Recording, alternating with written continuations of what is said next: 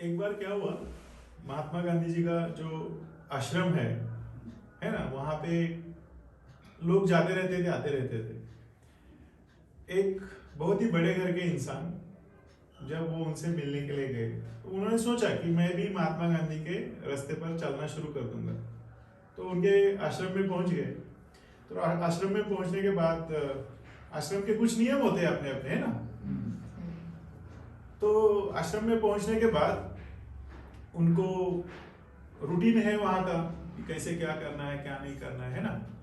तो जब शाम का समय था, खाने के लिए सारे लोग बैठ गए। तो खाने के लिए बैठने के बाद सभी लोग बैठे हैं। तो कोई उनको खाना परोस रहा है, कोई दे रहा है खाना, बैठ रहे हैं। गांधी जी भी उसमें बैठे हुए हैं। तो जैसे ही वो बैठ गए खाने के लिए, तो क्या हो गया कि उन्होंने ले लिया, जो दे रहा है उतना ले लिया। उन्होंने रोका नहीं उसको देने वाले को। तो उसने देता गया, उसके प्लेट में ज्यादा हो गया। तो बहुत सारा, लास्ट में जब खाना खत्म हो गया तो बहुत सारा चावल और दाल और वो सारी चीजें बच गई। तो जब सारे उठ के जाने लगे तो वहां पे नियम था कि अपना अपना उधर लेके जाना है। तो वो ऐसे ही लेके जा रहे थे, तो गांधी जी देख रहे थे उसकी तरफ। तो गांधी जी ने उनको रोका। तो बोला, आपको पता है कि आज आपने कितने लोगों का अपमान किया है? आप इतना अनाज जो आप खा ही नहीं रहे थे, खाने वाले नहीं थे, तो आपने लिया क्यों? सबसे पहली बात। और आपको पता है कि आज आपने कितने लोगों का अपमान किया है? तो उसके समझ में नहीं आया कि अरे मैंने तो किसी का अपमान नहीं किया, मैं तो सिर्फ जितना खाना था उतना खा लिया, जो बचा है मैं फेंकने जा रहा हूँ, है ना।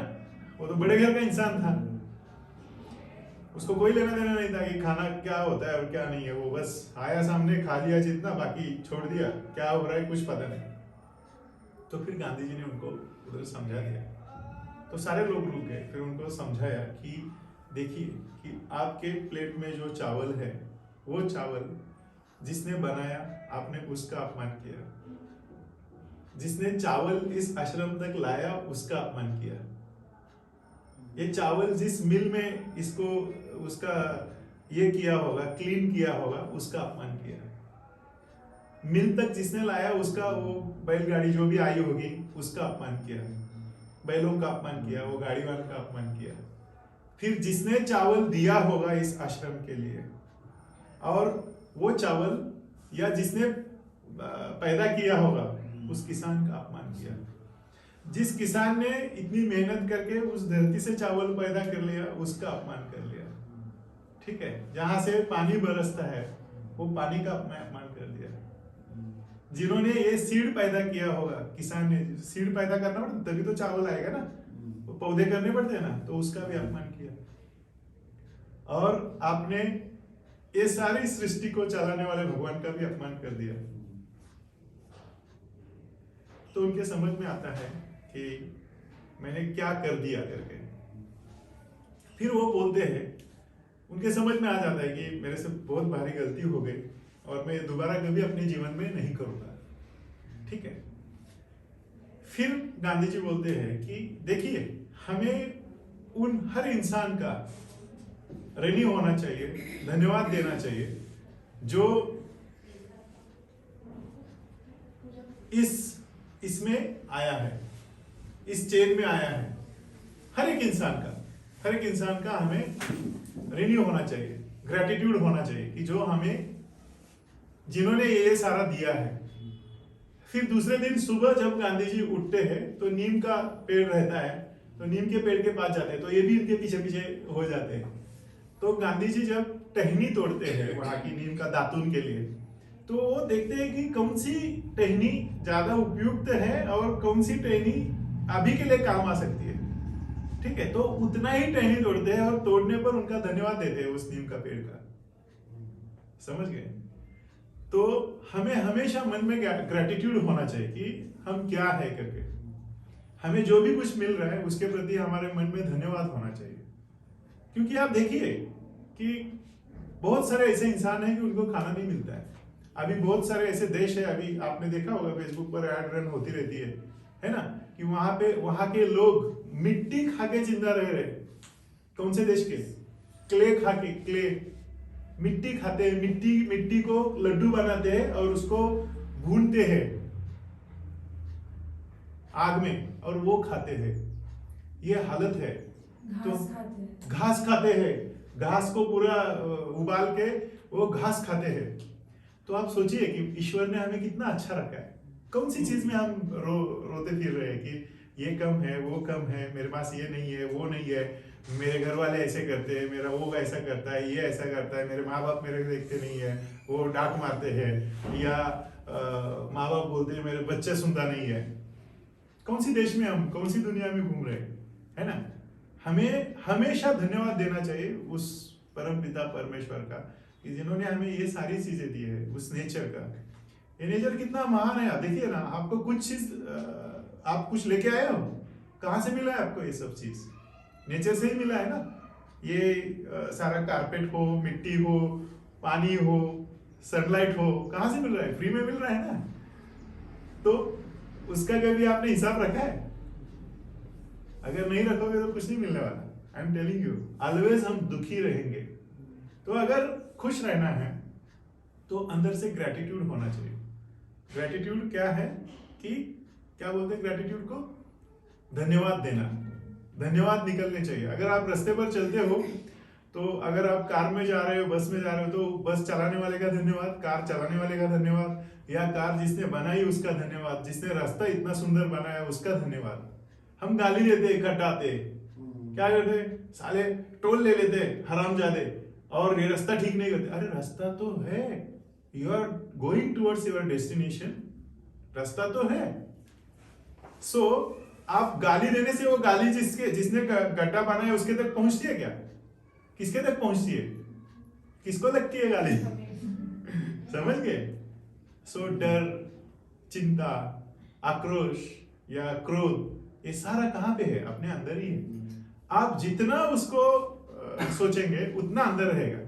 अब जितना उसको बाहर आप निकालेंगे तो उतना बाहर निकाल सकते हैं। उसका ऑपोजिट में क्या है वो देखिए।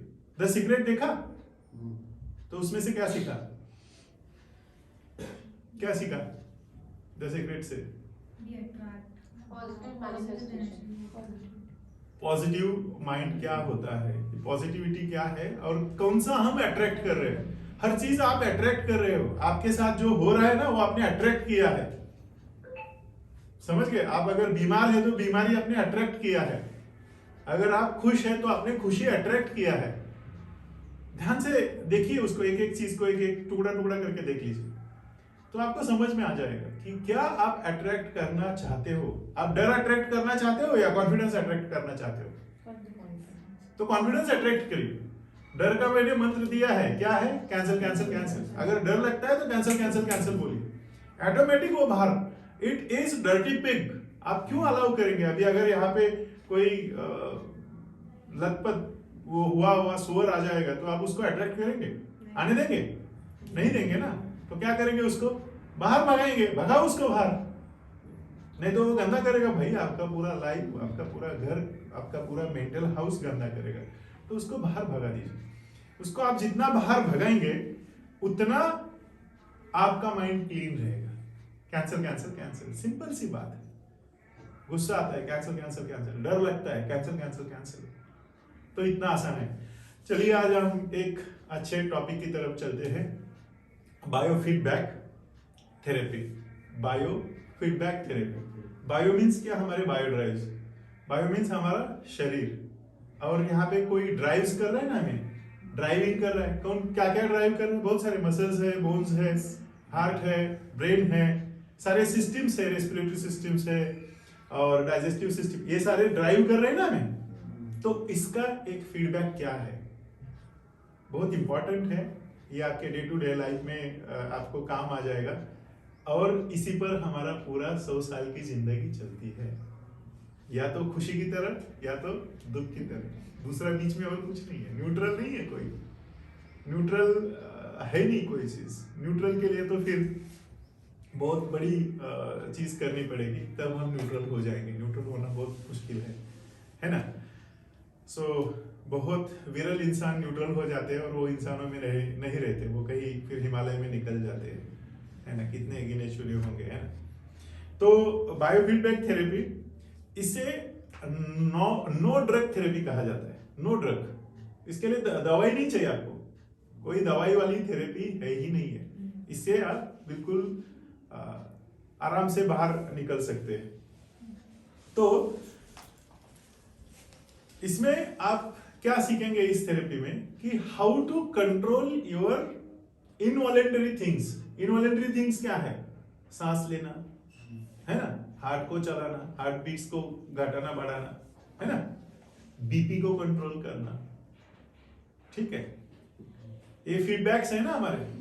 टॉयलेट को कंट्रोल करना, ठीक है, पसीने को कंट्रोल करना, समझ गए, पैल्पिटेशन को कंट्रोल करना। पसीना मतलब आप धूप में जा रहे हो तो पसीना आएगा, लेकिन आप कहीं पर भी नहीं जा रहे हो और फिर आपकी सांस को और फिर पसीना आ रहा है, एसी में खड़े हो, समझ गए?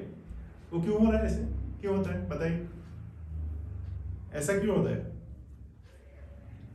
जी घबराने की वजह से। जी घबराने की वजह से। जी घबराने की वजह से, इसका मतलब डर की वजह से, है ना, घबराहट की वजह से, चिंता की वजह से, है ना। तो ये सारे नॉन वॉलेंटरी फंक्शंस है, जबकि वो हमारे हाथ में है नहीं, लेकिन उसका फीडबैक हमें मिलता रहता है। अब मान लीजिए कि अगर कोई डर लगता है तो क्या होता है? क्या होता है? इधर प्रेशर आता है, सांस शैलो हो जाती है, सांस खुलती है, पल्स रेट बढ़ता है, ये फीडबैक है, ठीक है, बायो फीडबैक। हमें बहुत सारे ऐसे फीडबैक मिलते रहते हैं। तो ये फीडबैक पर कैसे कंट्रोल लाया जाए, वो आज सीखना है हमें। ये बहुत ही इंपॉर्टेंट और बहुत ही अच्छा टॉपिक आज का। तो हार्ट रेट कैसे आप कंट्रोल कर सकते हैं, पेन कैसे रिड्यूस कर सकते हैं। पेन मतलब दर्द या दुख जो भी बॉडी में हो रहा है, वो कैसे रिड्यूस कर सकते हैं आप। कल मुझे एक बड़े न्यूज़पेपर के संपादक, एडिटर, उनका फोन आया था, सर काफ़ी दिनों से मैं परेशान हूँ और मैंने बहुत सारे डॉक्टर्स को दिखाया और मुझे कुछ समझ में नहीं आ रहा है सर, और लास्ट में मुझे लगा कि मैं आपसे कुछ बात कर लूँ तो मुझे थोड़ा रिलीफ मिल जाएगा। तो औरंगाबाद से उन्होंने फ़ोन किया था मुझे, इज एडिटर वहाँ के। तो उन्होंने, काफ़ी बड़ा न्यूज़पेपर है, मैं नाम नहीं बताऊंगा, तो उन्होंने मुझे बताया कि मैंने कोई ऐसे प्रोडक्ट लिए थे अपना वजन कम करने के लिए, जो कि इतना है ही नहीं, बहुत ज़्यादा नहीं है, 5-6 किलो उनका ज़्यादा वजन है। तो वजन कम करने के प्रोडक्ट के चलते मुझे तकलीफ होना शुरू हो गया। उन्होंने बहुत सारा एक्सरसाइज कराया मेरे से, और मेरे जो दोनों नीज है वो बहुत ज़्यादा पेन करने शुरू कर दिया। मैंने वो प्रोडक्ट भी छोड़ दिया, एक्सरसाइज भी छोड़ दिया, और आज अभी ऐसी हालत है कि मुझे चलना मुश्किल हो रहा है, खड़ा होना मुश्किल हो रहा है। तो अब मैं क्या करूँ? अब मैंने MRI कर लिया, CT स्कैन कर लिया, एक्सरे कर लिया, ट्रीटमेंट कर लिया, बहुत सारी चीजें कर ली और कोई रिलीफ नहीं मिल रहा है सर, और बड़े परेशान। जब मैंने उनके रिपोर्ट्स देखे तो रिपोर्ट में कुछ भी है नहीं। Now he is around 50, early degenerative changes है। अर्ली तो होना ही है, जो आपने यूज किया है 50 साल, तो नेचुरली वहां पे थोड़ा बहुत घिसेगा, तो वो घिसा है थोड़ा सा अर्ली, स्लाइटली डिजेनरेटिव चेंजेस है, थोड़ा सा, बहुत ज्यादा नहीं है, इतना तो होता ही है। तो मैंने बोला कि आपके नीज में मुझे तो ऐसा कुछ नजर नहीं आ रहा है आपके रिपोर्ट में, तो आपकी परेशानी क्या है वो बताइए। तब जब उन्होंने परेशानी बताई कि क्या करूं सर, मुझे हर छुट्टी नहीं मिलती, यहाँ से काम बहुत होता है, ना मैं परिवार के पास जा पाता हूँ। समझ में आया परेशानी क्या है? परेशानी क्या है? बोझ है, बोझ है ना, वो बोझ को, काम का बोझ वो उतार नहीं पा रहे। तो अगर आप मान लीजिए कोई सिर पर इतना बड़ा गठरी लेके चलते हो, जितना आप कैरी कर सकते हो उतना तो कर लेंगे। अब किसी इंसान की कैपेसिटी है 50 किलो कैरी करने की, अगर उसके इंसान के ऊपर अगर 100 किलो डाल दिया तो क्या होगा? थोड़े समय तक वो कैरी कर लेगा, उसके बाद क्या हो जाएगा, उसका कहां पे दर्द होना शुरू हो गया? जितने वो स्पाइनल कॉर्ड है और वो घुटने पिटने सारे, प्रेशर आ जाएगा ना इसके ऊपर, तो प्रेशर आ जाएगा तो लेके जा पाएगा, वो बोझ नहीं ले पाएगा, फेंक दे साला नीचे, तो वो प्रेशर आ गया। You can heal your life में मैंने रेफर करता हूँ आपको कि उसमें आपके अगर घुटने दर्द कर रहे हैं तो आपके ऊपर कुछ ना कुछ तो बोझ है, मन के ऊपर बोझ है, ध्यान रखना। ठीक है, तो वो बोझ आपका उतारेंगे तभी ये पेन ठीक होगा। Who is decoding the pain? Pain को डिकोड कौन कर रहा है? That is mind, that is brain, है ना? तो पेन कहाँ है? इधर है, इधर है? प्रैक्टिकली इट इज इधर, हियर, राइट? तो थॉट भी ऐसे ही है हमारे। तो वो थॉट हम जैसा करेंगे वैसा फीडबैक आपको मिलेगा। क्या क्या फीडबैक मिल सकते हैं? तो आप क्या क्या चीजों पर काम कर सकते हैं, खास करके ब्रेन वेव्स। मैंने सबको बताया ब्रेन वेव्स कौन सी होती है, alpha, beta, gamma, delta and theta. हमारा फर्स्ट सेशन में मैंने समझाया है कि इतनी वेव्स हमारे ब्रेन में है। तो ये वेव्स को आप कंट्रोल कर सकते हैं। आपने अनुभव लिया है कि उस समय जब मैंने फर्स्ट सेशन आपको दिया हिप्नोथेरेपी का, तो आपके वेव्स धीरे धीरे कम होते जाते हैं। जैसे आप अभी बीटा स्टेट में हैं, बीटा वेव्स कैसे चल रही है? थोड़ी फास्ट चल रही है, 17 to 34 के लगभग चल रही है ना? उसके नीचे हम अगर आ जाएंगे तो क्या होगा? अल्फा में आ जाएंगे, 17 to 13 थोड़ी सी कम हो गई। फिर उसके नीचे आ जाएंगे तो क्या हो जाएगी? डेल्टा वेव्स में आ जाएगी, 13 to 7 और डाउन हो जाएगी, आप सो जाएंगे। ठीक है, वेव्स कंट्रोल हो गई। आप ये डेली करते हो, कोई नया नहीं है, लेकिन डेलिबरेटली आपको करना आना चाहिए। क्यों करना आना चाहिए? क्योंकि आपको अपने माइंड को इम्प्रिंट करना है। आपके माइंड में कुछ तो इम्प्रिंट हुआ है। क्या इम्प्रिंट हुआ है? नकारात्मक चीजें हैं, नकारात्मक व्यक्ति है, द्वेष है, गुस्सा है, नफरत है, डर है ना? अभी थोड़ी देर पहले आपने बोला था कि नहीं अभी भी डर लग रहा है, क्योंकि वो इंस्टॉल हो चुका है। हमने मन से तो निकाल दिया, उसको सॉफ्टवेयर से निकाल दिया, लेकिन हैबिट पड़ी है तो उसका क्या? हैबिट किसको पड़ी है? बॉडी को पड़ी है। चलिए एक एग्जांपल मैं दे देता हूं। आप किसी पहाड़ी पर चढ़ते हो, चलिए एक पहाड़ी पर एक सुंदर मंदिर है, वहां तक आप दौड़ के चले गए, मतलब चल के चले गए। वहां पे चले गए, वहां पे आपको बहुत अच्छा लगा और आपने वहां पे बहुत अच्छे से एंजॉय कर लिया, दर्शन ले लिया, एंजॉय कर लिया, कुछ खा पी लिया। अब आप बिल्कुल रिफ्रेश हो चुके हैं और वहां से आगे आप नीचे उतर रहे। तो नीचे उतरते कैसे समय कैसे उतरते हैं? थोड़ा दौड़ के उतरते हैं। हाँ, तो दौड़ के उतर रहे उतर एकदम से स्पीड में उतर गए। तो जैसे जहां पर सीढ़ियां खत्म हो गई हो पहाड़ी की, तो क्या आप तुरंत रुकते हो? क्या होता है? थोड़ा सा और दौड़ते हैं ना। क्यों दौड़ते हैं? आपके पैर रुक जाते हैं, आपके कंट्रोल में होते हैं? नहीं होते। That is muscle toning. तो आधा घंटा आप पहाड़ी से दौड़ के उतर रहे हो, तो अगले 3-4 मिनट आपके पैर दौड़ते रहेंगे। समझ गए? 3-4 मिनट ऐसे रुकेंगे नहीं, हो दौड़ते रहेंगे, क्योंकि उसको टोनिंग हो चुका है, उसको हैबिट पड़ चुकी है कि दौड़ना है करके। वैसे ही सालों साल की हैबिट लेके चल रहे हैं हम। समझ गए? कि निगेटिव थॉट करने की पैटर्न, हमने पैटर्न बना के रखे हैं लोगों के साथ बिहेव करने के, कि अलग अलग इंसान के साथ हम अलग अलग बिहेव करते हैं। घर में देखो, माँ के साथ अलग बिहेव करेंगे, बीवी के साथ अलग करेंगे, हस्बैंड के साथ अलग करेंगे, बच्चों के साथ अलग करेंगे। बाहर जाएंगे तो चेहरे पर बिल्कुल एकदम ऐसे लगेगा कितना अच्छा इंसान है, उसके साथ अलग बिहेव करेंगे। ये क्या है? ये पैटर्न है। वो पैटर्न को, जैसे ये कंप्यूटर में हम फाइल्स रखते हैं ना, वैसे फाइल्स हमने रखी हुई है। तो मान लीजिए बहुत सारी निगेटिव फाइल्स अगर अंदर होगी, तो यहां से तो निकाल दी, लेकिन पैटर्न तो बॉडी पर है ना। उस पैटर्न को निकालने के लिए सारे हैबिट्स हैं, हैबिट्स, बैड हैबिट्स है। कोई स्मोक कर रहा है, कोई तंबाकू ठोक रहा है, कोई दारू पी रहा है, कोई गुटखा खा रहा है, कोई गांजा फूक रहा है, कोई कुछ कर रहा है क्या नहीं? तो ये क्या है? ये हैबिट्स है। अगर मन से निकाल ली है, उसके बावजूद भी ये हैबिट्स कहां पर है? कहां पे? बॉडी में तो है। कितने दिन से तो लगी पड़ी है ना बॉडी में हैबिट्स। तो क्या करेंगे उसको? 21 दिन तक नहीं करना है। कितना दिन तक? 21 दिन तक, मिनिमम 21 डेज तक आपको वो हैबिट को हटाना है, जैसे मैंने प्रिस्क्राइब वे से बताया है। अगर वो हैबिट आप हटाने में 21 दिन तक चेंज कर लिया तो आपकी नैया पार लग गई, समझ लो। क्यों? क्योंकि मैक्सिमम हैबिट वो हमारे बॉडी को जो पड़ी हुई है, तो टिपिकली 3 हफ्ते में ऑटोमेटिकली आप उससे उबर जाएंगे। ठीक है, आप रनिंग नहीं कर रहे तो एक दिन में रनिंग करने से दूसरे दिन थक जाता है, लेकिन उसको 21 दिन करना है, तब जाके आपका बॉडी सेट हो जाएगा, तब आपको ये हैबिट पड़ेगी। मैं दूसरे की बात नहीं करता हूं, मैं अपनी बात करता हूं हमेशा, कि मुझे चाय की हैबिट थी। कितने साल की? 32 साल। 32 क्या, बचपन से हैबिट है। गांव देहात में तो पहले चाय मिलती है सुबह सुबह उठते ही, उसमें उस समय तो चलो घर में किसान का परिवार तो दूध पीता रहता था, नहीं तो कुछ लोगों को तो चाय में दूध भी नहीं मिलता, ऐसे बस काली चाय उबाल के पी लिया, अपना शुरू हो गया, है ना। तो का बचपन की हैबिट है, कितने साल की।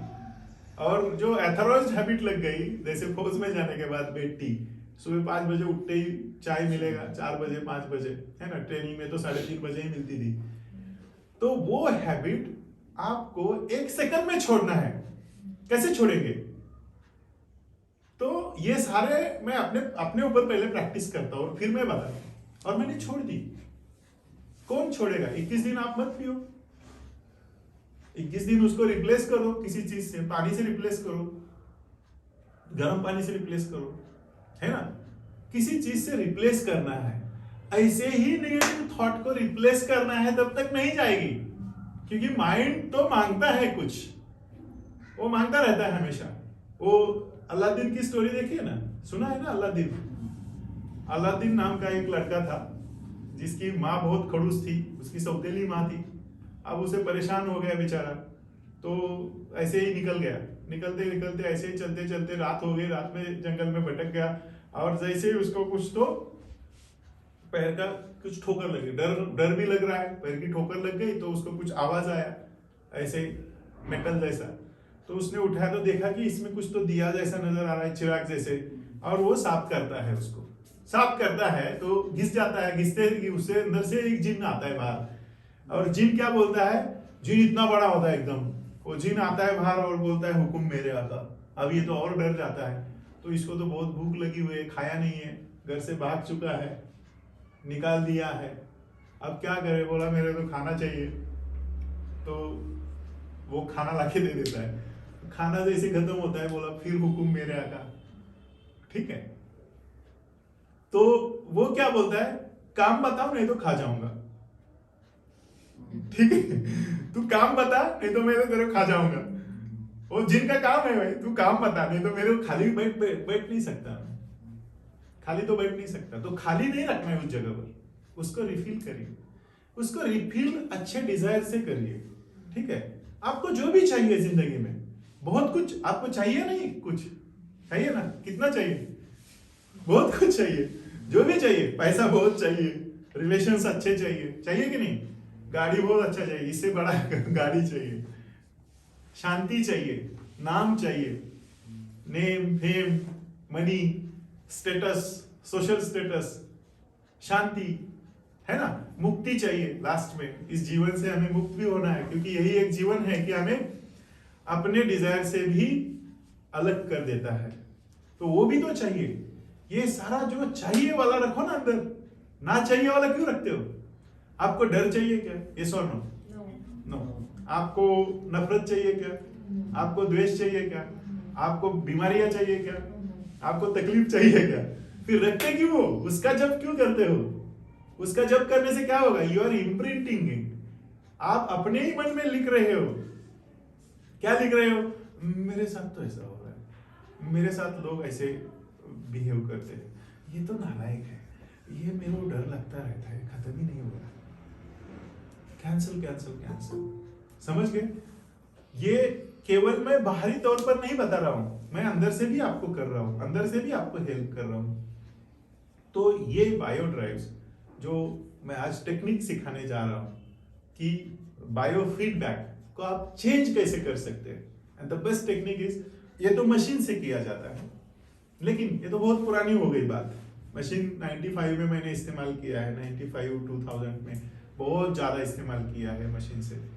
अब वही जो मैंने सीख लिया कि इसका सबसे बड़ा अगर फैक्टर कुछ है, मशीन क्या कर रही है? मशीन नोट कर रही है, ठीक है, मशीन नोट कर रही है कि आप क्या हो रहा है आपके बॉडी के अंदर। एक टेंस्ड इंसान है, एक परेशान व्यक्ति है, ठीक है, आप कहीं डॉक्टर के पास गए तो आपको डॉक्टर से डर लगता है, मान लीजिए, अब वहां पे बोलता है कि वो तो डॉक्टर जाने इंजेक्शन तो नहीं करेगा, अब इंजेक्शन करने से तो मुझे चक्कर आ जाएगी, जैसे हमारे इनको आती है चक्कर, है क्या नहीं?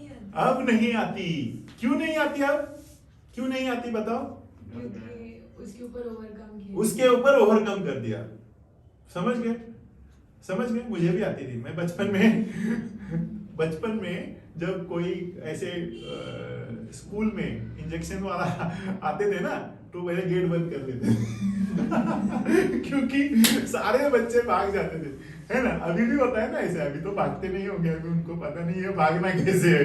हम लोगों को तो बहुत अच्छी तरह से भागना था, कंपाउंड से पता नहीं वो खिड़की से कहाँ निकल जाएंगे, गेट से ऊपर से छलांग मार के दीवार को फांद के कूद के एकदम निकल जाएंगे, कि इतना डर है इंजेक्शन का। एक दिन क्या हुआ कि बचपन में ऐसे गांव देहात के बच्चे ज्यादा बीमार नहीं पड़ते, एक दिन बीमार पड़ गया और पिताजी ने मुझे उठाया, अभी तो वैसे भी बहुत तगड़ा था मैं, कितना 6-7 साल का होगा, तो ऐसे उठाया, पिताजी लेके गए उसके पास, डॉक्टर के पास। तो मुझे अभी भी याद है, बाबर नाम के डॉक्टर, बाबर करके काफी सीनियर डॉक्टर थे, उनके पास लेके गए, तो बोला ले आओ। अब बाबर डॉक्टर साहब का एक फंडा था कि जो भी जाएगा उसको कचक पहले इंजेक्शन दे दो, बाकी ठीक है, सब हो जाएगा ठीक। तो उन्होंने अपना, उस समय का बहुत पुरानी बात है, उन्होंने अपना स्टोव, बत्ती वाला होता था पहले स्टोव, तो बत्ती ऑन कर दी और उसके ऊपर वो एक स्टील का वो एक रहता था, उसके अंदर सिरिंज डाल दिया। मैंने बोला हम लोग अपना प्रोग्राम नजदीक आ गया। मैंने बोला ठीक है, आ जाओ बैठो, बहुत प्यार से बात करते थे। मैं आराम से बैठा वहां पे, देखा अभी डॉक्टर इधर मुड़ा इंजेक्शन भरने के लिए, मैंने वहां से ऐसी छलांग लगा दी, मुझे चलना मुश्किल था, वहां से ऐसी छलांग लगा दी, उसका दरवाजा तोड़ के बाहर एकदम, और डायरेक्ट खेत में, घर में भी नहीं वहां से 2-3 किलोमीटर भाग के दौड़ के चले। तो ये डर है, आप डर से भागोगे, डर कभी पीछा नहीं छोड़ेगा। मराठी में एक कहावत है, विद्यापोटी ब्रह्म राक्षस, है ना? ब्रह्म राक्षस मतलब बहुत बड़ी चीज मानते हैं ना वैसे। तो जो डर जाएगा उसके पीछे वो डर पीछा करता रहेगा आपका। और डर, अब क्या हो गया कि गलती से अभी दिल में इच्छा है कि डॉक्टरी में ही जाना है अब बचपन से लगता था कि डॉक्टर बनना है, और गलती से सिलेक्शन हो गया आर्मी मेडिकल कोर में। अब क्या करेगा बेटा तू? अब कितना डरेगा इंजेक्शन से? अब जैसे फर्स्ट इंजेक्शन का क्लास था, अब थ्योरी चलता है ना शुरू में, तो हमें जो प्रोफेसर मैडम थी एक पढ़ा रही थी, तो उन्होंने बोला कि इंजेक्शन कैसे देना है, तो एप्पल पर हमें प्रैक्टिस कराया, रुई पर प्रैक्टिस कराया। तो जैसे ही इंजेक्शन का क्लास शुरू हो गया, तो शुरू से ही मेरे को तो डर लगता है, अपने को तो चक्कर आती है, आप तो उधर ही गिर पड़ जाते हैं, है ना? तो क्या होगा ऐसे समय पर जब ऐसा डर लगता है? तो क्या होता है? बीपी बढ़ जाता है, पैल्पिटेशन हो जाता है, पसीना आ जाता है, मुंह सूख जाता है, क्या क्या होता है बताओ? बोलो। यही सारी चीजें होती है। हाँ, और किसी को लगता है इंजेक्शन का डर? यस और नो? बताइए उसमें। पहले लगता था, तो क्या क्या होता था उस समय? हाँ, सुसु करते हैं लोग, निकल जाती है, इनकंटिनेंस ऑफ यूरिन ऑटोमेटिक निकलता है ना? क्योंकि कहीं ना कहीं से वो डर अंदर इंस्टॉल हुआ है। छोटे बेबी को डर लगता है क्या इंजेक्शन का? जो छोटा बच्चा है उसके इधर थाई में डाल देते हैं इंजेक्शन, वो डरता है, थोड़ा सा पेन आया कर लेगा, फिर हम कार फिर हो गया खत्म। और उसको कोई है मतलब? फिर आपको क्यों लगता है भाई डर के आप जिंदगी में पैदा होने के साथ में लेके आए? नहीं, समझ गए? ये जो आपके अंदर डर है, या जो भी कुछ है, या सेंसिटिविटी है, जो भी कुछ सेंसेशंस है, वो बाहर से आ रहे हैं, बाहर से अंदर पड़े, उसको बाहर भगाओ।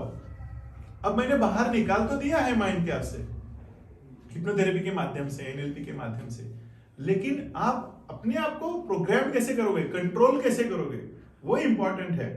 तो खास करके ब्रेन वेव्स को आप अपने कंट्रोल कर सकते हैं, जो आपने सीखा है बीटा वेव से मतलब जागृत अवस्था से अर्ध जागृत में कैसे जाना है, अर्ध जागृत से नींद में कैसे जाना है, जो आप मेडिटेशन करते हो और आपको वहीं पे लेके जाता है। सेकेंडली मसल टोन, मसल जो मैंने बोला ना कि मसल टोनिंग होता है ना, जो पहाड़ी से ऊपर के, तो वो मसल को जो हैबिट पड़ी हुई है, देर तक लेटे रहो आराम से, ठीक है, रात तक जगते रहो आराम से 3 बजे, तो किसको आदत पड़ी, ये मसल को पड़ी है ना, उसको आप चेंज कर सकते हैं। स्किन कंडक्टेंस, स्किन कंडक्टेंस मतलब अगर हाथ पैर ठंडे पड़ रहे है ना, जान नहीं है, तो फिर कोई तो आके फिर थोड़ा पैर घिस भाई, हाथ घिस, क्यों होता है ऐसे, डर से होता है ना, होता है कि नहीं, तो गड़बड़ है मामला। तो वो स्किन कंडक्टेंस को आप कंट्रोल कर सकते हैं। हार्ट रेट को आप कंट्रोल कर सकते हैं। आप मान लीजिए कि अचानक आप कहीं जा रहे हो और अचानक आपके सामने शेर आ जाए तो क्या होगा, हार्ट रेट बढ़ेगा, है ना, एकदम से हार्ट रेट बढ़ेगा, अब बीपी देखो तो बीपी फेंक देगा ऊपर एकदम, है ना, तो क्या होगा, तो ये सिचुएशनल है, सिचुएशनल। आपका बीपी या हार्ट खराब नहीं है, या खराब है, बाद में तो नॉर्मल होता है ना। एक पर्टिकुलर सिचुएशन में पैनिक जब हम हो जाते हैं तो गड़बड़ हो जाता है ना, तो क्या करना पड़ेगा उसमें, हमें उसके ऊपर कंट्रोल कैसे ला सकते हैं, चाहे कितना भी सिचुएशन है। स्टेज पर आप जाते हो, स्टेज पर अचानक आपको ऐसे लगता है कि अभी क्या बोलो और क्या ना बोलो, होता है कि नहीं, सबको होता है, दुनिया में सबको होता है, ठीक है, लेकिन उसका फ्रीक्वेंसी आप कम कर सकते हैं। 2 मिनट लग रहा है, 2 सेकंड पर ला सकते, 1 सेकंड पर, 1 मोमेंट पर ला सकते हैं, तक ला सकते हैं, ठीक है, दैट इज स्टेज कॉन्फिडेंस। तुरंत मतलब जैसे उठते ही ले आया कॉन्फिडेंस, तो 1 सेकंड के अंदर। मैंने YouTube चैनल पे डाला है कि how to build confidence within 10 seconds. 10 second, 10 second बहुत हो गए, इतने में आप ला सकते हैं, उसका देख लेना वीडियो, ठीक है। पेन कंट्रोल या पेन परसेप्शन को आप चेंज कर सकते हैं। पेन परसेप्शन, पेन परसेप्शन मैंने कहते हैं कहां पे दर्द हो रहा है, उस दर्द को आप हटा सकते हैं, जो रैपिड हीलिंग टेक्निक मैं सिखाता हूं, ठीक है। तो उससे आपको पेन अभी हो रहा है, अभी गायब हो जाएगा तुरंत 1 सेकंड के अंदर, ठीक है। इतना फैंटास्टिक है, इतना फैंटास्टिकली आप ये कंट्रोल कर सकते हैं। अब किसमें क्या इंप्रूवमेंट हम ला सकते हैं, यूजेस हम किसमें कर सकते हैं, तो खास करके अपनी हेल्थ को इंप्रूव करने के लिए इसका यूज कर सकते हैं। बायोफीडबैक का कैसे करना है, मेडिटेशन से ही करना है, एट द एंड में रिलैक्सेशन से ही करना है, ठीक है। हेल्थ को इंप्रूव, अभी हेल्थ को इंप्रूव कैसे करके, अगर बॉडी में कहीं पेन है आपने गायब कर दिया, आपने एक्सरसाइज शुरू कर दिया, कहीं वजन बढ़ा हुआ है उसको आपने कम कर दिया, तो नेचुरली आपका हेल्थ इंप्रूव हो जाएगा, नेचुरली हेल्थ इंप्रूव हो जाएगा। परफॉर्मेंस को इंप्रूव कर सकते हैं। आप अगर कोई परफॉर्म कर रहे हो, मान लीजिए आप फिजिकल परफॉर्मेंस है, फिजिकल परफॉर्मेंस क्या है, रनिंग हो सकता है, वॉकिंग हो सकता है, जिम हो सकता है ना, या टीचिंग हो सकता है, या स्टेज से कुछ बोलना हो सकता है, या प्रेजेंटेशन हो सकता है, या कम्युनिकेशन हो सकता है, डिबेट हो सकता है, ग्रुप डिस्कशन हो सकता है, मीटिंग्स हो सकते हैं। आप कुछ हाथ से कोई काम कर रहे हो किसी फैक्ट्री में, कंपनी में, है ना, तो वो परफॉर्मेंस हो सकता है, आप कैसे इंप्रूव कर सकते हैं। एंड दोस्तों मैं इंजेक्शन का किस्सा बताता हूँ फिर बाद में ऐसी स्टोरी हो गई कि मुझे 150 लोगों को डेली इंजेक्शन लगाने पड़ते थे। और क्या होता था, मैं अपना बड़प्पन नहीं बता रहा हूँ, लेकिन लोग बोलते थे कि नहीं इसी से इंजेक्शन लेना है मुझे, यही इंसान से इंजेक्शन लेना है, तो लोग दूसरी तरफ जाते ही नहीं थे, वो मेरे पास आते थे। 2-4 लाइन लगी होगी ना, तो वो लाइन से ऐसे धीरे से इस लाइन में स्विच हो जाएंगे, आ जाएंगे। क्यों? क्योंकि मैंने वो टेक्निक को इतना ऊपर तक लेके गया कि पेन ही नहीं होगा। अभी मैं अगर इंजेक्शन किसी को लगा दूं तो पेन नहीं होगा। तो that is your skill development. आप कैसे वो परफॉर्मेंस को कैसे डेवलप कर सकते हो, ये बायो ड्राइव से ही होगा, बायो फीडबैक से ही होगा। आप अपना फीडबैक लेते रहना है और करते रहना है, ठीक है। उसी के साथ साथ फिजिकल फिजियोलॉजिकल चेंजेस, बॉडी में चेंजेस कैसे ला सकते हैं। जैसे मैंने प्रीवियस इसमें भी शेयर किया है कि पैराग्लाइडिंग में मैं गिर गया था।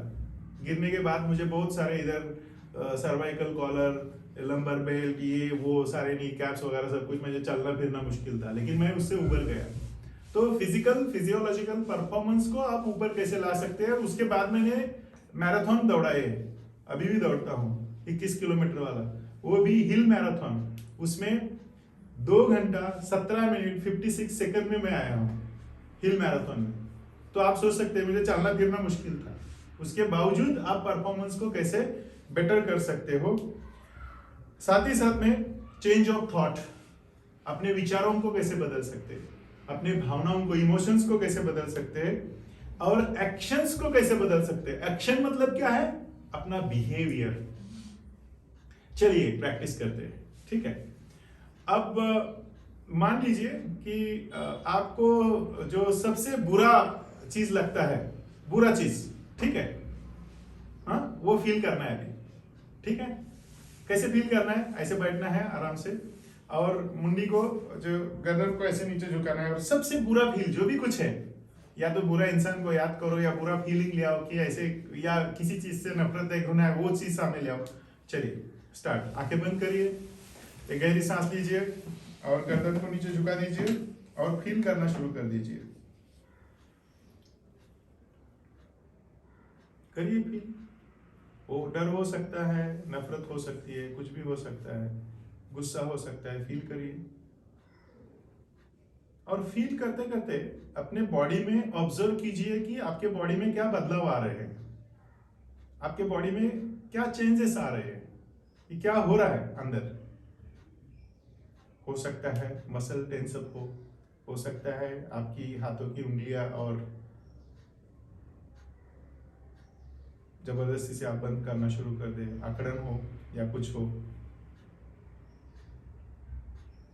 देखिए, ऑब्जर्व करिए माइन्यूटली, पैरों से लेकर सिर तक, या ब्रेन में ऐसे कुछ गर्म वेव्स चल रही है या क्या हो रहा है, हार्ट के अंदर वो सांस फूल रही है या क्या हो रहा है, गुस्सा आ रहा है या क्या हो रहा है, या बैड फीलिंग हो रहा है, क्या हो रहा है। यस, और open your eyes. Yes, share करिए क्या क्या हो रहा है, बताइए क्या ऑब्जर्व किया। हार्ट बीट बढ़ रहे हैं, हाँ, और काहीच नाही सर, मला काहीच नाही. यस, हाँ, गुस्सा आ रहा था, हाँ, like BP raise. BP raise होता है अंदर ही अंदर, पता चलता है रेस हो गया, क्या हो रहा है। और स्वेटिंग, यस, स्वेटिंग होता है, और पैल्पिटेशन होता है, घबराहट सी पैदा होती है कि क्या होगा, गुस्सा आता है, एकदम नफरत आती है कि क्या करूं क्या नहीं करूं, हाथ पैर ऐसे ऐठन हो जाती है इसमें, है ना, जकड़ जाते हैं। तो ये चेंजेस को हम कैसे ला सकते हैं। चलिए अभी एक दूसरा प्रैक्टिस करते हैं कि कैसे ला सकते हैं, because this is practical workshop, ठीक है। तो आप ऐसे आराम से बैठिए, गर्दन को टेक लगाइए, गर्दन को टेक लगाइए, और गर्दन को टेक लगा के चेहरे पर स्माइल लाइए, और अपनी जिंदगी के अच्छे मोमेंट्स को याद कीजिए, जो अच्छे मोमेंट। आंखें बंद कर लीजिए, आंखें बंद करने से ही दिखता है सब कुछ। और देखिए जिंदगी के अच्छे टॉप क्लास मोमेंट को याद करिए, क्या क्या मोमेंट्स है आपके लाइफ में, जहां पे लोगों ने आपको अप्रिशिएट किया था, जहां पे आप बिल्कुल top of the world feel कर रहे थे, आप कॉन्फिडेंट फील कर रहे थे, वो सारी चीजों को याद करिए।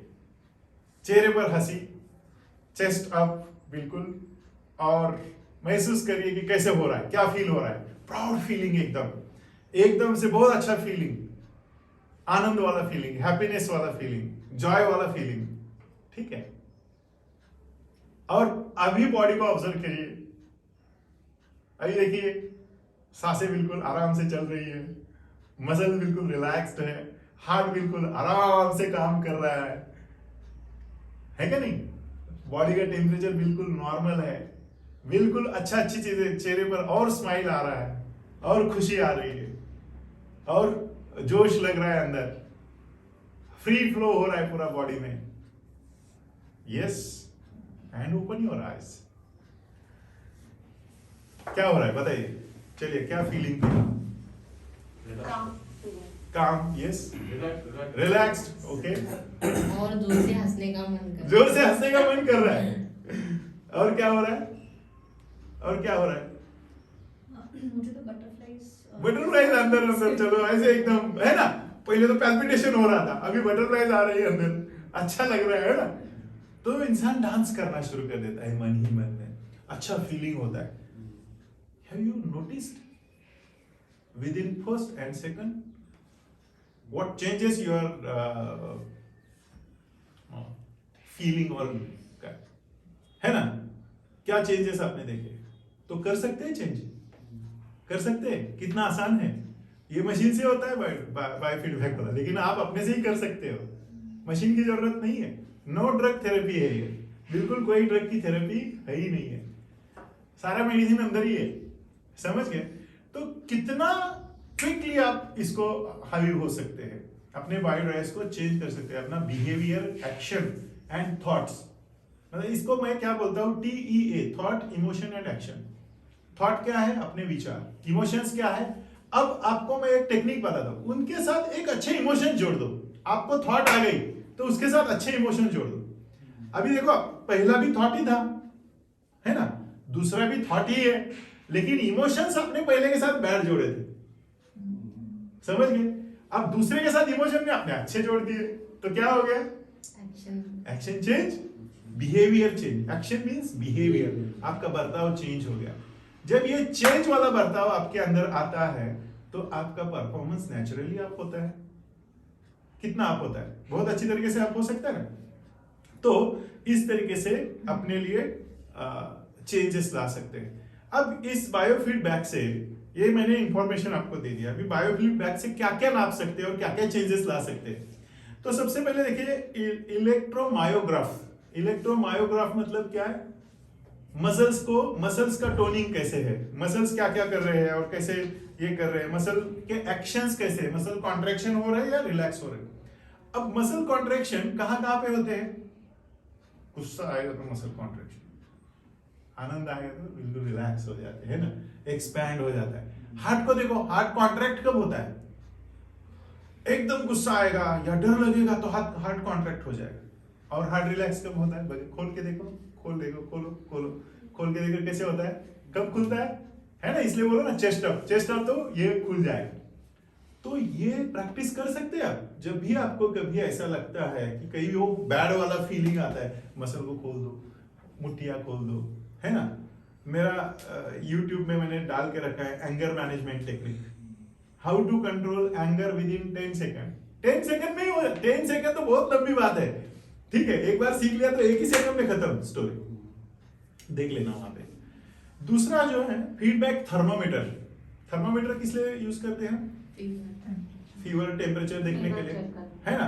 तो बॉडी टेम्परेचर कितना है आपका, ब्लड का टेम्परेचर, मतलब ब्लड का टेम्परेचर आपका क्या है वो नापने के लिए फीडबैक टेम्परेचर। तो जब बोलते हैं ना कि जोश में एक तो ये हो जाता है, बोलते हैं ना खून उबालता है मतलब क्या होता है? गुस्सा आता है ना? या तो खुशी से भी एकदम डांस करने लगता है, तब टेम्परेचर नहीं बढ़ेगा, लेकिन गुस्सा आएगा तो टेम्परेचर बढ़ जाएगा।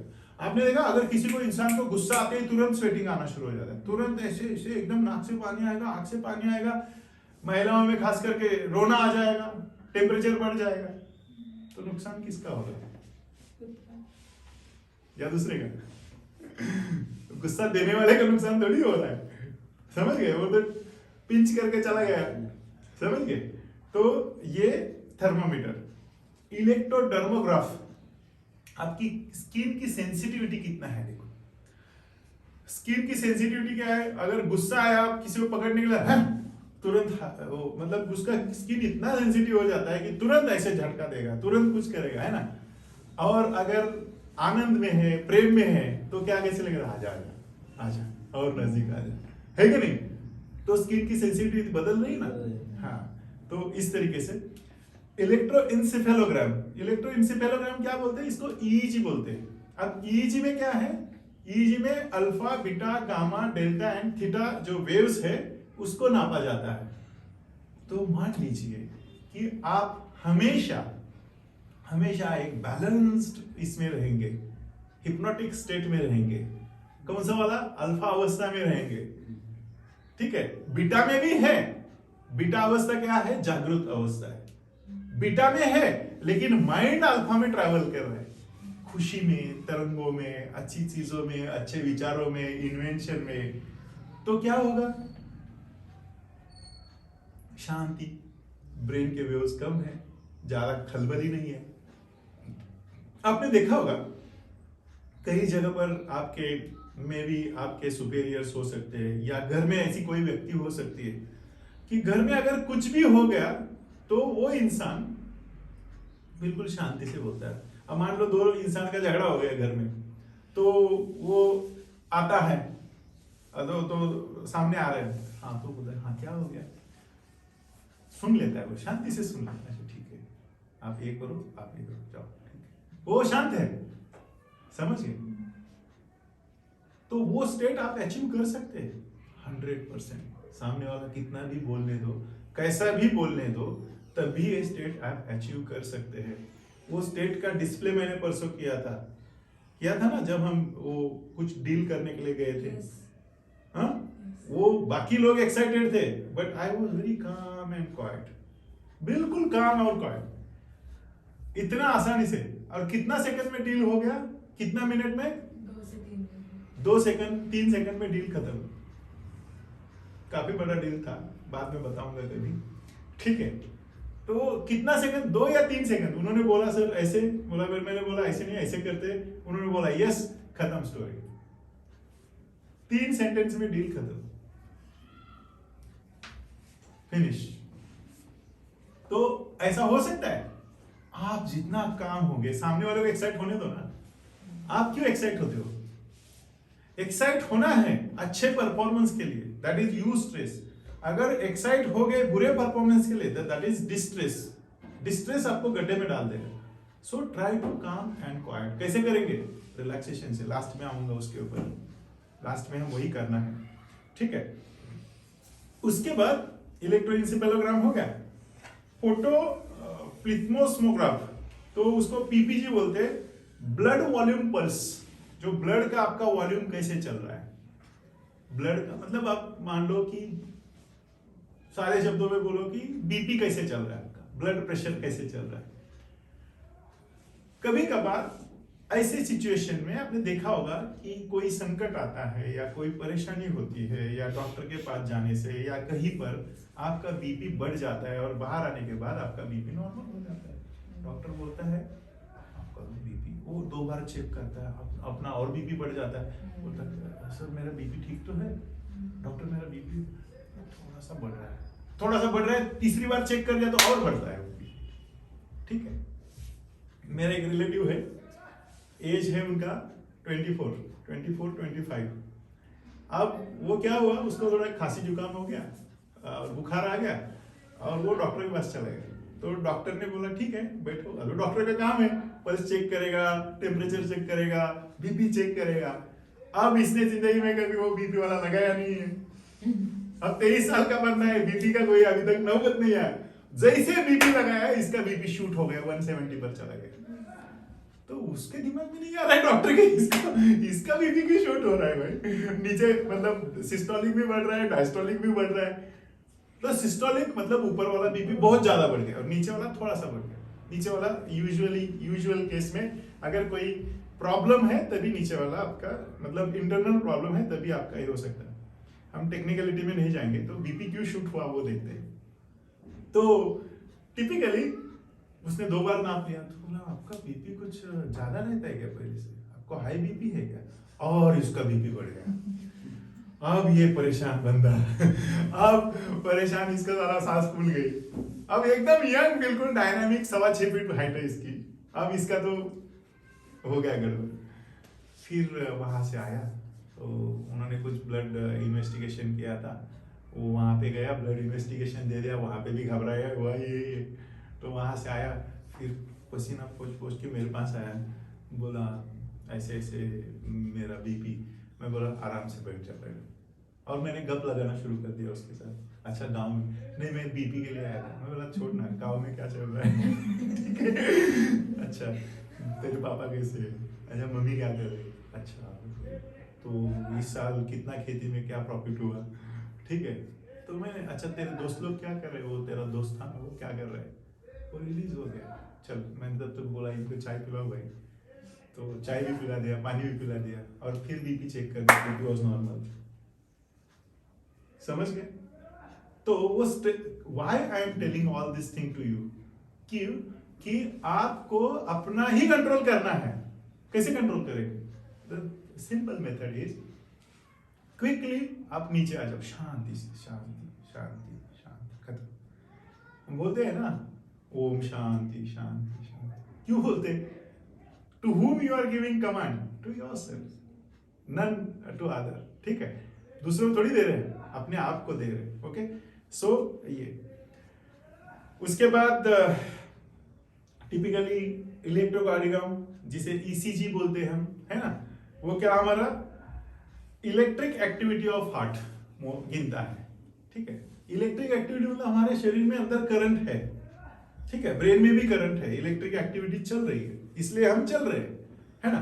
तो वो ईएमजी से गिना जाता है इसका, और इसका ईसीजी से गिना जाता है। ठीक है, सॉरी, इसका ईईजी से गिना जाता है, इसका ईसीजी से गिना जाता है, काउंट किया जाता है।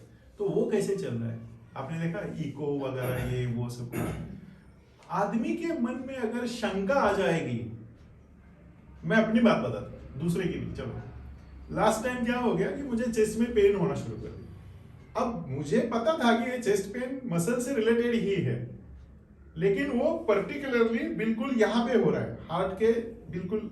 हार्ट क्या होता है? निपल और स्टर्नम, मतलब जो बीच में स्टर्नम होता है ना, ये हड्डी होती है ना बीच वाली, छाती वाली, और निपल, अपना निपल के बराबर सीध में, यहाँ से स्टर्नम से 2 इंच इधर जाओ, 2 इंच लेफ्ट में जाओ, तो वहां पे अपना हार्ट होता है, ये यहाँ पे बिल्कुल।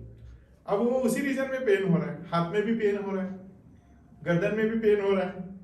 अब तो आ गया ना, बत्ती जल गई कि अच्छा ये हार्ट वाला पेन तो नहीं है। एक अंदर से आ गया विचार आ गया, तो आप इसको कैसे करोगे? कोरिलेट करो उसको। तो मैंने तुरंत दिन भर देखा, and it was related to the exercise and acidity. Acidic आप हो जाएंगे तो गड़बड़ होगा। अब मुझे पता है कि मेरे हार्ट में कोई प्रॉब्लम नहीं, हार्ट इज फैंटास्टिक, बहुत अच्छा है, क्योंकि इसके बगैर मैं रन ही नहीं कर सकता, मैं स्टेयरकेस नहीं चढ़ सकता। ये स्टेयरकेस चढ़ते मैं हांफना शुरू कर दूंगा, ऐसे हो जाएगा, क्योंकि एजेक्शन फ्रैक्शन मतलब हार्ट जो कैसे बाहर फेंकता है ना, वो रेट मेरा गड़बड़ हो जाएगा, फेंक नहीं पाएगा। समझ गए? रनिंग में तो ऐसे ही गड़बड़ हो जाएगा। रनिंग में हार्ट रेट 140, 160, 70 तक जाता है, तो उसमें टिक नहीं पाएगा। उससे 2-3 दिन पहले ही मैंने 10 किलोमीटर रनिंग किया था, तो मुझे पता था, लेकिन मन में शंका आ गई तो उसको हटाओ सबसे पहले, नहीं तो शंका कैंसर सेल जैसे मल्टीप्लिकेशन में बढ़ती है, तो मल्टीप्लिकेशन में नहीं बढ़ने देना है, नहीं तो गड़बड़ हो जाएगी। उसको तुरंत हटाओ। उसको क्या करना है? तुरंत कोरिलेट करो, कार्डियोलॉजिस्ट को दिखाओ, कहानी खत्म करो, स्टोरी ओवर करो, बस। तुरंत गए, तुरंत कार्डियोलॉजिस्ट से बात किया। उन्होंने बोला कि पहले इससे मेरे एक दोस्त है, उनसे बात किया, उन्होंने चेक किया, बोला नहीं ऐसा तो कुछ नहीं लग रहा है, ईसीजी इज नॉर्मल। तब भी थी आपके दिमाग में आ ही गया है, तो चलो अभी एज भी है आपका, तो कर लेते हैं। तो मैंने बोला ठीक है कर लेते हैं। तुरंत कार्डियोलॉजिस्ट से बात किया, उन्होंने अपना इको कर लिया। इको में बोल दिया सर एब्सोल्युटली नॉर्मल, ये भी 60 प्लस इजेक्शन ये होता है, फोर्स होता है, वो तो बिल्कुल आपका अच्छा है एकदम। इको आपका नॉर्मल है, और स्ट्रेस टेस्ट भी कर लिया, तो स्ट्रेस टेस्ट में तो कुछ आना ही नहीं, आप वैसे ही 10 किलोमीटर, तो 1 किलोमीटर में आपका क्या आएगा। तो वो सारी चीजें नॉर्मल आ गई। फिर ये क्यों दर्द कर रहा है? क्योंकि ऑलरेडी मुझे सर्वाइकल स्पॉन्डिलाइसिस था जब मैं गिरा था तब से, तो उसका एक्सरे भी मैंने कर लिया। एक्सरे में भी कोई बहुत ज्यादा चेंजेस नहीं, जो 10 साल 12 साल पहले थे वही सेम एक्सरे आ गया। अब हो गया, दिमाग से हट गई बात, आई एम फिट। दूसरे दिन से रनिंग स्टार्ट, कहानी खत्म। समझ गए? तो लॉजिकली उसको कोरिलेट करिए, खत्म करिए उसको, नहीं तो फिर क्या है कि गड़बड़ होता है मामला। फटाफट इसको पाल के नहीं रखना है, ठीक है? बार बार नहीं जाना है, फिर बाद में और एक बार देख लेता हूं, बीपी चेक कर लेता हूं। बीपी चेक करेंगे तो उल्टा सीधा आएगा, आई एम टेलिंग यू। अगर डॉक्टर बोलता है 5 दिन करना है तो 5 ही दिन करना है, 6वें दिन नहीं करना। 5वें दिन उसके पास वो चार्ट लेके जाना है, ये लो चार्ट, बेसल बीपी चेक करने के लिए बोलता है ना, जिसका बीपी बढ़ जाता है सुबह सुबह उठने से पहले चेक करो आप। If it is normal then it everything is normal, उसमें चिंता करने की होती है, doctor will take decision. Okay, so उसके बाद प्रेशर कितना है बॉडी का आपके, खास करके फिजियोथेरेपी में इस्तेमाल किया जाता है कि आपको एक कुशन में बिठाया जाता है और कितना प्रेशर आप मतलब बॉडी का प्रेशर कितना आ रहा है, या आप लाइटली बढ़ रहे हो। अब देखो ना, आप ऐसे ऐसे बैठ के देखो, ऐसे जोर से बैठ के देखो, करो ऐसे करो, आ रहा है ना प्रेशर, पूरे बॉडी पर प्रेशर आ रहा है। अब बिल्कुल रिलैक्स हो जाओ, हल्के हो जाओ एकदम, बिल्कुल हो गया, रिलीज हो गया। तो ये सारी चीजें बायो ड्राइव्स में आती है, अपने जो भी जितने फीडबैक्स है बायो फीडबैक उसमें आती है। आपको जरा भी एक भी समझ में आ गया तो तुरंत उसके ऊपर काम करना है, तो तुरंत क्या होगा, तुरंत रिलीज हो जाओगे, तुरंत फीडबैक बदलना है अंदर। ओके, उसके बाद इसके एप्लीकेशंस कहाँ कहाँ पर कर सकते हैं हम, खास करके इसके एप्लीकेशंस जैसे बच्चे बेड वेटिंग करते हैं ना, उसमें भी वो लगा के रख सकते हैं और वो ब्लैडर जैसे ही फुल हो जाएगा वो कर सकते हैं, लेकिन वो मशीन का चीज है, उसमें हम नहीं जाएंगे। उसके साथ ही साथ कॉन्स्टिपेशन जैसे हो रहा है, वो क्यों हो रहा है, क्यों हो रहा है, एसिडिटी क्यों हो रही है, तो इसके ऊपर काम करना जरूरी है। एसिडिटी के ऊपर ज्यादा नहीं बोलूंगा, ऑलरेडी मैं बोल चुका हूँ एसिडिटी के ऊपर। तो एसिडिटी का एक एक्सरसाइज जस्ट रिमाइंड करता हूँ, अगर आपको फिट रहना है तो जब भी आप एक्सरसाइज करके आएंगे, अपना फंडा कि क्या है, सुबह उठते ही पानी पीना है, टॉयलेट जाना है, फ्रेश होना है, बाहर निकलना है, सिंपल सा। बाहर निकलो 40 मिनट के लिए। 40 मिनट में आप क्या क्या कर सकते हैं, आप वॉकिंग करो, रनिंग करो, जो भी कुछ करना है, जॉगिंग करो, वापिस आ जाओ एक 30 मिनट में, वापिस आ गए, वापिस आके 10 मिनट में आप प्राणायाम कर लो। ब्रीथिंग एक्सरसाइज बहुत इंपॉर्टेंट रोल है, बाद में बताऊंगा। ब्रीथिंग एक्सरसाइज में क्या कर सकते हैं आप, जो रामदेव बाबा ने सिखाया है, बहुत सारे प्राणायाम है ना। तो क्या है, भस्त्रिका है, अनुलोम विलोम है, कपालभाति है, और क्या है, भ्रामरी है, ओंकार है। तो ये 4-5 आइटम कर लो। और एक खास आइटम और एक बताता हूं, वो आइटम है कि आप क्या करना है, मैं प्रैक्टिकल करके दिखाता हूं। वो करना है मतलब कंपलसरी करना है, तो आपको कोई मेडिसिन की बहुत ज्यादा जरूरत कभी नहीं पड़ेगी, बिना मेडिसिन के आप ठीक रहोगे, फिट रहोगे। एक आध बार एक्सरसाइज मान लो आपका क्विट हो जाता है, स्किप हो जाता है, तो भी चलेगा, लेकिन ये नहीं स्किप करना है, किसी कीमत पर स्किप नहीं करना है। क्या करना है, देखिए बिल्कुल स्टेडी बैठना है, पालथी मार के या जैसे भी चेयर में भी, मैं करके दिखाता हूं। तो एक गहरी सांस लेना है, पहले प्रोसेस बताता हूं। गहरी सांस लेना है, नाक को बंद करना है ऐसे दबा के, और चिन को इधर चिपकाना है। मुंह के अंदर जितना भी सलाइवा, लार जो इकट्ठा हो रही है उसको करना है, और उसको पीना है। कितना बार, 5 बार। मैं करके दिखाता हूं। और फिर नाक छोड़ना है, सांस लेना है, ठीक है, सांस छोड़ना है। ये देखिए,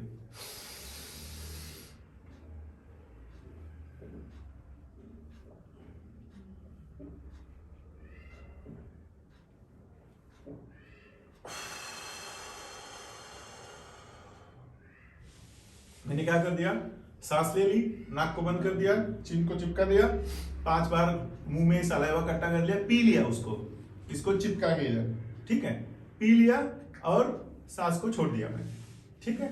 आसान है, 5 बार करना है, बस दैट्स इट। अब इसका इफेक्ट क्या होगा, तो सलाइवा जो है वो क्या है, अल्कलाइन है, और पेट में क्या है, एसिड है। अल्कलाइन और एसिड को एक साथ करने से क्या होता है, न्यूट्रल हो जाता है, खत्म स्टोरी, गई एसिडिटी। एसिडिटी खत्म तो कॉन्स्टिपेशन खत्म, दिन भर एनर्जी बिल्कुल अप। आसान है, तो ये करिए, मसल पेन नहीं होंगे, कुछ नहीं होगा, लिथार्जी नहीं होगी, गर्दन का पेन नहीं होगा, और कुछ नहीं, बहुत बहुत सारे पेन आपके हट जाएंगे। तो ये करिए, तो ये इतना आसान है, करके देखिए। मैं तो प्रैक्टिकली करता हूँ, डेली करता हूँ, और सिंपली फिट रहना है। तो ये इतने आसान टेक्निक है, ये करना है। तो सुबह उठते ही फिर से रिपीट कि क्या करना है, पानी पीना है, दबा के पानी पी लो, कितना 1 बॉटल पी सकते हैं तो ठीक है, पानी पी लिया। उसके बाद जो भी कुछ अपना वॉशरूम जाके आ जाओ, फ्रेश हो जाओ, बाहर निकल जाओ। सबसे पहले बाहर निकलो, वॉकिंग, रनिंग, जो भी कुछ आपको अच्छा लगता है करिए। कितना, आधा घंटा या पौन घंटा, जो भी आपको लगता है। शुरू में ज्यादा नहीं करना है, शुरू में थोड़ा सा स्टार्ट करना है। उसके बाद जो भी आप खेल कूद जो भी स्पोर्ट्स करते हो वो भी करके आ जाओ। और उसके बाद आपको ये प्राणायाम करना है 5 to 10 मिनट्स। 10 मिनट्स कर ले तो बहुत है। एंड 10 मिनट जो लास्ट का बच गया तो 40 10 10 मिनट में आपको मेडिटेशन करना है, जो मैंने आपके साथ शेयर किया है। तो वो मेडिटेशन करने से आपका पूरा सारा चीज हो गया, बॉडी हो गई, बायोड्राइव्स हो गए सारे, फीडबैक हो गया और माइंड भी हो गया। माइंड और बॉडी कनेक्ट हो गई, खत्म। दिन भर इस्तेमाल करिए आप बहुत फैंटास्टिकली, आपको कोई तकलीफ नहीं होगी, आपका वजन नहीं बढ़ेगा, आपका घटेगा भी नहीं, कोई प्रॉब्लम नहीं होगा, ना स्ट्रेस आएगा। ना स्ट्रेस आएगा तो डायबिटीज होगा, ना बीपी बढ़ेगा, ना आपको थायराइड बढ़ेगा, ना आपका पीसीओडी होगा, ना कुछ होगा, ना कुछ होगा, है ना। मेल में लिथार्जी नहीं होगी, चिड़चिड़ाहट नहीं होगी, घबराहट नहीं होगी। तो ये सारी चीजें करनी है अपने। बिल्कुल जो क्रोनिक पेन है, जो मसल पेन है, इसके ऊपर भी आप आराम से मात कर सकते हैं, क्योंकि धीरे धीरे you are building your muscles. Muscle strengthen करेंगे तो पेन चला जाएगा। मसल स्ट्रेंथन करना है, धीरे धीरे मसल स्ट्रेंथन करते हुए आगे बढ़ना है। खास करके ये बायोफीडबैक का और एक ज्यादा अच्छा ये यूज है मस्कुलोस्केलेटल सिस्टम। जो हमारे मसल्स है, स्केलेटल है, जो बोन्स को और मसल का जो रिलेशन है, वो बोन और मसल्स, मान लीजिए ये मसल है हमारा, तो यहाँ पे लिगामेंट्स है, टेंडेंट्स है, मसल्स है, तो दो हड्डियों को बांध के रखे ना, तो वो जो रिलेशन है वो मेंटेन रहने के लिए मसल स्ट्रेंथन होने जरूरी है। तो इसके लिए बायोफीडबैक आपका काम करता है। सेकंडली, पेन को रिलीव करने के लिए। तीसरा, टेंशन टाइप हेडेक और माइग्रेन भी कहते हैं हम इसको। बिल्कुल धीरे धीरे अंदर ही अंदर बारीक हेडेक होते रहता है। तो वो क्यों होता है? टेंशन से होता है, और कितना भी आप दवाई खाने से वो ठीक नहीं होता। लेकिन मेरा ऐसा अनुभव है कि रिलैक्सेशन से और हिप्नोथेरेपी से ये माइग्रेन और टीटीएच गायब हो जाता है। माइग्रेन और टीटीएच हमेशा के लिए गायब हो जाते हैं। खास करके जो हमारी भारतीय संस्कृति है, इसमें जो हिंदुइज्म में खास करके हजारों साल पहले ये रिलैक्सेशन की और ब्रीथिंग एक्सरसाइज हमें सिखाए हैं। इसमें भी वही है, रिलैक्सेशन और ब्रीथिंग एक्सरसाइज। अभी मैं आता हूँ रिलैक्सेशन के ऊपर, जो हमारा मेन टॉपिक है उसके ऊपर आता हूँ। तो इसमें क्या सिखाया है कि योगा सिखाया है हमें। योगा किसके लिए है? योगासन किसके लिए करते हैं हम? पूरे बॉडी के लिए करते हैं, मसल्स को स्ट्रेंथन करने के लिए, फ्लेक्सिबिलिटी बढ़ाने के लिए, है ना, चपलता बढ़ाने के लिए, एक्टिव होने के लिए करते हैं ना योगा। तो वही है, एक्सरसाइज में आप योगा कर सकते हैं। सेकंडली, योगा के साथ साथ ब्रीथिंग एक्सरसाइज जो प्राणायाम हमने बताया, तो वो प्राणायाम कर सकते हैं। And thirdly, relaxation. खत्म हो गया, फीडबैक नॉर्मल हो जाएगा। अब कोई पेन रहेगा, ना ही डर रहेगा, ना ही आपके अंदर एंगर रहेगा, ना ही फ्रस्ट्रेशन रहेगा, ना ही कुछ रहेगा। एंड दिन भर आप बिल्कुल शांति से चेहरे पर मुस्कान लाते हुए लोगों के साथ बात करेंगे, लोगों को हेल्प करेंगे, है ना, अपने आप को हेल्प करेंगे। अगर आप अंदर से क्लीन है, आप अंदर से स्ट्रॉन्ग है, स्ट्रेंथन है, तो आप दूसरों को भी वो स्ट्रेंथ बांट सकते हैं। सिंपली एक्शन हमारे चेंज हो जाएंगे। कैसे? थॉट से behaviour, thought, emotion, action. Emotion हम चेंज करना सीख लेंगे कि इमोशन तुरंत चेंज करना है। जैसे हमने थोड़ी देर पहले प्रैक्टिस किया था कि अगली थॉट्स या बैड थॉट्स और अच्छे थॉट्स, इतना ही फर्क है इसमें। इतना जैसे इधर बैड इधर गुड। तो देखो ना कि जैसे ही मैंने आपको ये डाउन इसलिए करने के लिए कहा कि मसल आपके लूज पड़ जाते हैं, तो अब आप बुरा फील करते हैं। मसल ऐसे एकदम एक्टिव हो गए तो आप अच्छा फील करते हो। Is it easy? आसान है? तो करिए। Don't be a complainer, be a problem solver. आपके बॉडी में कोई प्रॉब्लम नहीं है, ध्यान रखिए। बॉडी में प्रॉब्लम होने से पहले, बीपी बढ़ने से पहले, डायबिटीज आने से पहले, हार्ट अटैक आने से पहले ये सब कुछ करना है, बाद में नहीं करना है। आई एम टेलिंग यू, बाद में करने से भी फायदा होगा, नो डाउट, लेकिन आने ही क्यों देना है? जरूरत नहीं है ना, प्रैक्टिकली आने ही क्यों देना है? आने देना मतलब ये केवल और केवल हमारी खुद की गलती है। Because these all are lifestyle disorders. Obesity होने दो, चाहे आपका डायबिटीज होने दो, चाहे हार्ट के प्रॉब्लम्स होने दो, चाहे कुछ, ये लाइफस्टाइल डिसऑर्डर्स है। आप कर नहीं रहे हो इसलिए आ रहा है। हमारे पीछे क्यों नहीं आता भाई? देखो आके दिखाओ कैसे आता है, देखिए चैलेंज के साथ, ठीक है? आप चैलेंज करो डिजीज डिसऑर्डर को, देखो आने दो, इम्यूनिटी स्ट्रांग रखो। अभी आखिरी पड़ाव में है, कोरोना के जूझ रहे थे, जिनका इम्यूनिटी स्ट्रांग है उसको तकलीफ नहीं हुआ, थोड़ा सा बीमार पड़ गया निकल गया बाहर, है ना? जिनका इम्यूनिटी गड़बड़ था उनको थोड़ा ज्यादा तकलीफ होगा। जिनका इम्यूनिटी पता ही नहीं है कहां पे है, वो होती भी है, उनका टिकट कट गया, क्या करें? समझ गए? तो दो इट इज बैड, लेकिन पता है, हमें नहीं पता कि आगे कौन सा पैंडेमिक इंडेमिक आने वाला है, क्या होने वाला है, नहीं पता। इसलिए अपना अगर टिकट नहीं कटवाना है तो ये सारी चीजें करना है, बिल्कुल फैंटास्टिकली। कब तक नहीं कटवाना है? 100+ बोनस लाइफ में।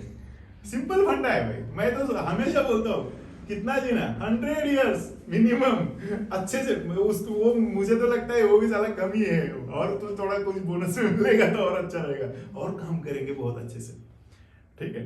मैं हमेशा मेरे दादाजी को याद करता हूँ। ही वॉज 114 साल जिंदा रहे वो।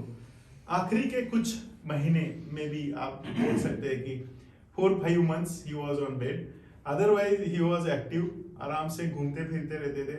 और बहुत हाइट था उनका, 6.25 फीट के ऊपर ही हाइट रहा होगा, और बहुत ही टॉल फिगर, बहुत अच्छा बात करने वाले। लोगों से जाएंगे तो बात करेंगे, बुला के चाय पिलाएंगे और बैठे रहते थे ऐसे रास्ते पर, और सबके साथ बात करेंगे, और सबके साथ एकदम अच्छा बात करेंगे, अच्छे सपोर्ट करेंगे, किसी को हेल्प करेंगे।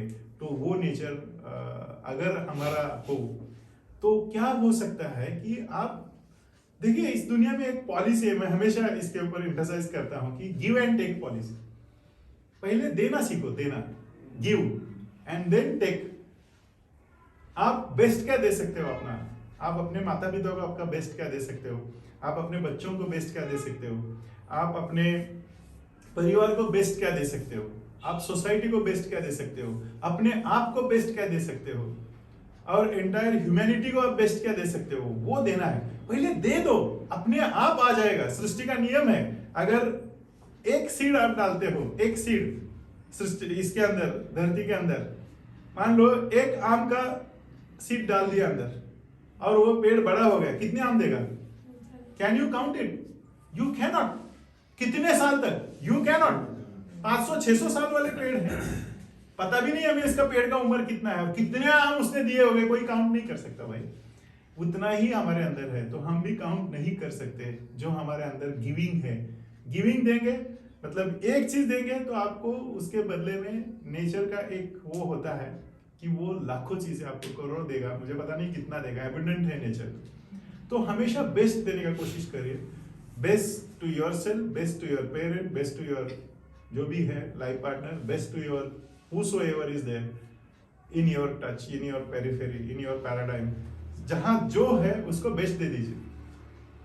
मैं हमेशा सोचता हूं कि मैं बेस्ट कैसे दूं, और आज जो दिया है उससे और कैसे कल दे दूं, और कैसे कल बेस्ट दे दूं।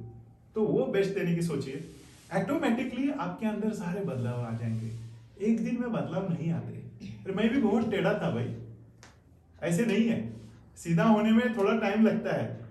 वो देखा है ना बंबू, हाँ बंबू होता है ना, बहुत लंबा बांस, तो कितना कैसे होता है? वो सीधा होता है? ऐसे जाता है एकदम? कैसे होता है? ऐसे ऐसे ऐसे ऐसे ऐसे होता है ना? कैसे सीधा करते हैं उसको? किसी ने देखा हो तो बताओ। पानी में भिगा के ऊपर से उसको एक लाइन में खूंटी डाल देते, इधर का इधर, इधर से इधर, ऐसे ऐसे ऐसे खूंटी डाल के उसको सूखने देते, तब वो सीधा होता है। ठीक है, मे भी 21 दिन, मे भी 1 महीना, तब जाके वो बिल्कुल एकदम सीधा नजर आएगा। ऐसे सीधा कि एकदम जब खड़ा करोगे तो उसके ऊपर फ्लैग लगाओगे, ध्वज लगाओगे, तो ये एकदम ऐसे लगेगा एकदम सीधा है। तो सीधा होना पड़ेगा, जो हम टेढ़े हो चुके हैं वो हमें सीधा होना पड़ेगा। और सीधा होने का यही एक तरीका है, मेडिटेशन है, ध्यान है, कीर्तन है, या जो भजन है, प्रार्थना है, अलग अलग ढंग से कर सकते हैं। हमारे हिंदुस्तान में बहुत सारे धर्म हैं, बहुत सारे रीति रिवाज है, वो जो भी आपको पसंद है वो करिए, लेकिन मन के अंदर उतर जाइए, रिलैक्सेशन करिए। जितना रिलैक्सेशन करिए तो भगवान का नाम स्मरण है ना, जप है, कुछ भी करो जो आपको अच्छा लगता है, जो आपको प्यारा लगता है वो करिए। तो अल्टीमेट गोल क्या है? हमारे अंदर जाना है, रिलैक्स करना है, मेडिटेशन करना है, बुरी चीजों को बाहर फेंकना है और अच्छी चीजों को जागृत करना है जो अंदर ही है, इतना ही करना है। ऑटोमेटिकली आपका जो बायो फीडबैक है, जो आपको अनवांटेड है, वो तुरंत चेंज हो जाएगा। आसान है, कर सकते हैं सभी लोग, यस और नो? कर सकते हैं ना? तो आज से ही शुरू करिए और हमारा बायो फीडबैक डेली लेना है कि अच्छा बुरा आ गया तो कैंसिल, तुरंत उसको चेंज करना है। मैंने प्रैक्टिकली भी आपको सिखाया। यस, सो अभी चलते हैं मेडिटेशन की तरफ और एक इसी बायो फीडबैक पर मेडिटेशन करेंगे।